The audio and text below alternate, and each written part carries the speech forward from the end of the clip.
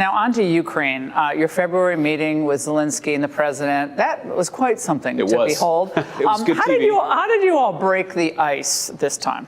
Take us into the room, because we're all dying to know that. Well, I think when President Zelensky walked into the Oval Office, I was chatting with him, with the president, with some of the senior Ukrainian delegation. I said, Mr. President, so long as you behave, I won't say anything. And he just chuckled a little bit. It was a good little icebreaker. I mean, what the president's trying to do, meaning our president is trying to do, is bring a 3.5-year very brutal conflict to a stop. It's killed way too many Ukrainians, way too many Russians. It's completely transformed the economy of Europe and of big parts of Asia. We just got to get back to peace. And I really do think you heard Vladimir Putin say this, that if Donald Trump had been president in 2022, this war would have never started. And now the president is really spending a lot of time, a lot of effort to stop Joe Biden's war, because I think it is Joe Biden's war. Without him being weak and provocative, I don't think that Russia would have invaded Ukraine. And now we have a situation where the president is trying to be strong and bold and trying to bring this thing to a close. Now, take us into the room when the president said, I'm going to call Putin now. And you got the Western leaders, they've all come to Washington. Now, what was their facial expression at that point? Did they anticipate that this was going to happen? Because it was, 8 hours ahead, Moscow time? Yeah, it was like 1 a.m. Moscow time, and they had no anticipation. So we're actually in the east wing of the White House, and the president says, we've had a pretty good meeting. I'm going to go call Vladimir Putin and see what he says about it. And everybody's like, oh, you're going to call him next week? And he's like, no, what time is it in Moscow? Let's call him right now. And I think one of the things I've realized about President Trump's leadership is he cuts through the BS of some of these diplomatic protocols and just says, I'm going to get things done. If I want to talk to somebody, I'm going to talk to somebody.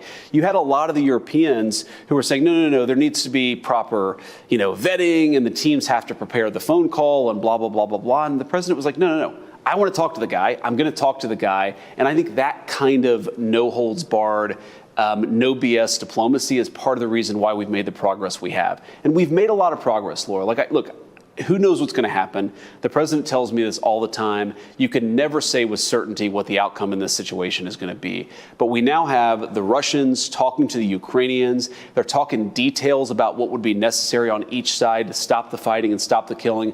We've made more progress in 3 months than the country had made in 3 years in stopping this conflict. And I think it's because sometimes you just need a president who will pick up the phone and call somebody. When Vladimir Putin meets with Volodymyr Zelensky, can we assume that all the big details will have been discussed and generally agreed upon, namely the security agreement and land swap? It's a good question. I think that if you go through the bureaucratic process, then the answer is yes. But I think the president's preference and my preference would be, let's have them meet regardless. You don't have to figure out every issue. And sometimes leaders sitting down face to face can break the logjam that their teams don't necessarily have the ability to do. There really are 2 big questions lingering out there.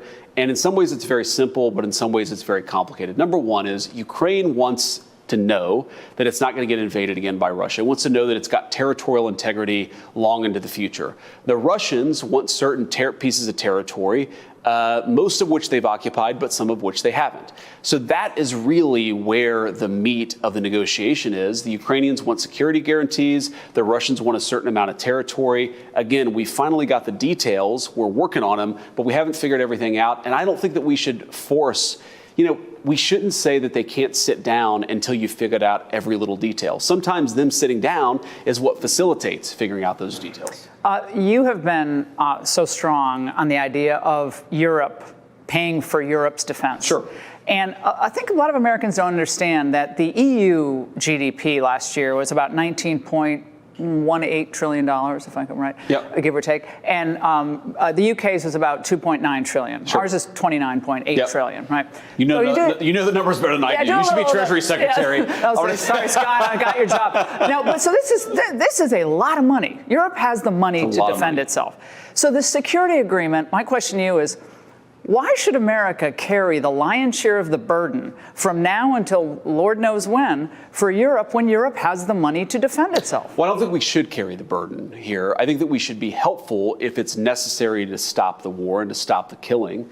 But I think that we should expect, and the president certainly expects, Europe to play the leading role here.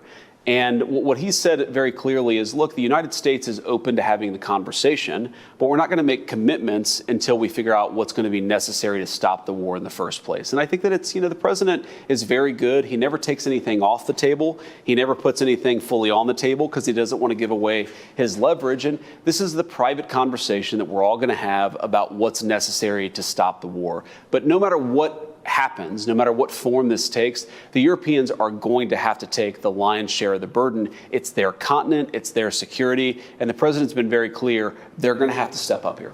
What's it like meeting Putin? What was he like, just one-on-one? So I've actually never met Putin. The president did that meeting. I've talked to him on the phone a number of times. It's interesting. He's more soft-spoken than you would necessarily expect. The American media has a particular image of him. He's soft-spoken in a certain way. He's very deliberate. He's very careful. And I think fundamentally he's a person who looks out for the interests as he sees it of Russia. And I think one of the reasons he respects the President of the United States is because he knows the President looks out for the interests of the American people. And while they often disagree about issues, and obviously the president has been very critical of Vladimir Putin, the president's also willing to work with anybody if he thinks it's going to accomplish an important goal for America. And we all agree an important goal is to stop the killing. Let's move to the economy, because that is still the number one issue in the United States for most voters. Sure. The Democrats seem to be banking on an economic downturn, just like they seem to be banking on chaos in the streets against the National Guard. Sure. How do you see the economy in the next 6 months as we're seeing some continuing uncertainty regarding interest rates and Jerome Powell?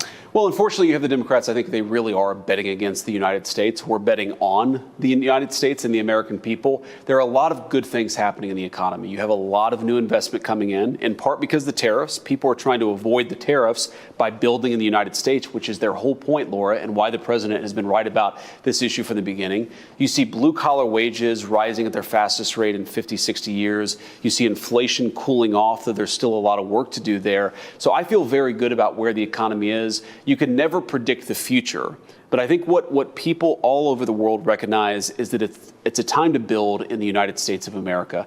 If you want to build a car, you want to build a car manufacturing facility, if you want to build a next generation technology facility, if you want to build houses, whatever you want to do, we are the place to do business. How about rare earths and magnets, which is what we're dependent on with China, which gives them an enormous amount of leverage over us. And that's something the president has really directed the entire team to fix that issue, because whether it's rare earth magnets or pharmaceuticals, he wants the United States to depend on Americans. We should not be in a situation where foreign adversaries or competitors have control over critical parts of our economy. Think about this, Laura. God forbid Americans are in some sort of conflict and we can't get antibiotics because we're in a conflict against a country that makes the antibiotics.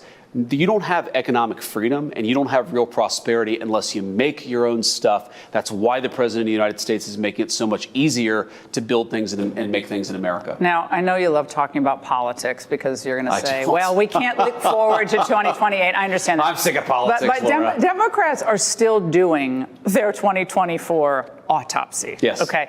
And part of their autopsy is that going forward, they need to kind of be more like Trump in tone, tougher, have nicknames.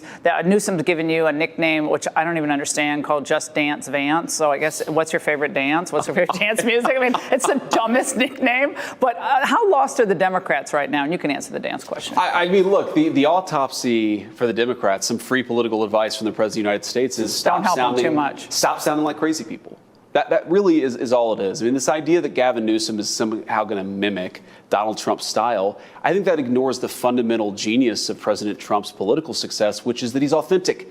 He just is who he is. You've got to be yourself. You've actually got to talk to people honestly about the issues. I don't think it's that complicated. Don't be a crazy person. Be authentic. If the Democrats did that, they'd do a hell of a lot better. But the thing is, the Democrats really can't help themselves. If you look at the transgender issue, they're still talking about letting men playing women's sports. If you look at the crime issue, they're calling Donald Trump a fascist for taking action that in 9 days has dropped armed robberies by 55%. So part of sounding less crazy is being less crazy. And if the Democrats were less crazy, I think we'd all get along a whole lot better. I'm not trying to pick on California because I am a member of the California bar, so don't get me here.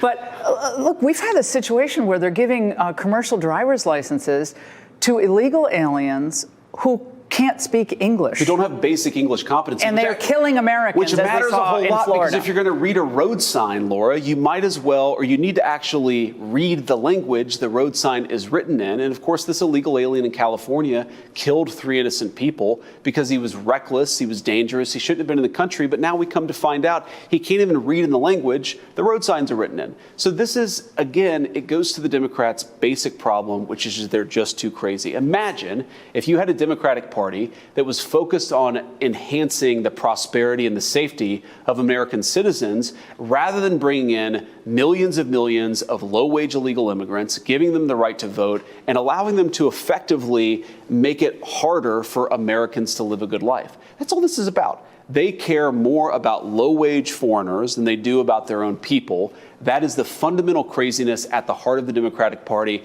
And until they change that, Gavin Newsom can mimic Donald Trump all that he wants to. They're still going to lose unless they get better policies that actually serve the American people.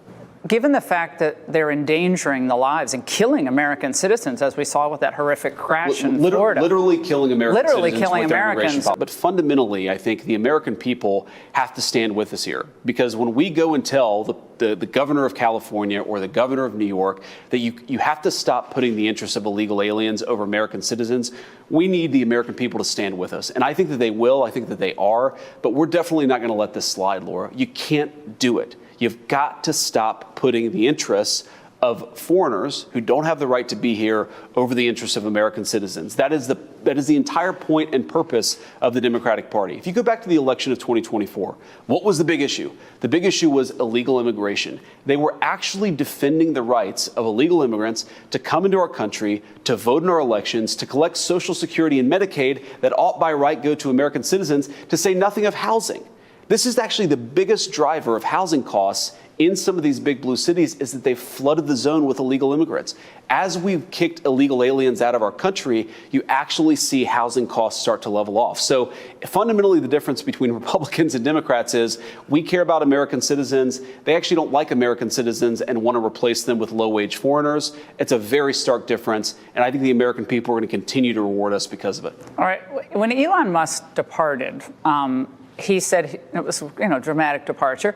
And I know you know him well, you're good friends with him, but he said he's going to start a third party and not send everyone into the stratosphere. But he's since kind of backed off that. And now, according to the Wall Street Journal, he is considering backing you in 2028. I know you don't want to get ahead of the president. He's only 7 months into this.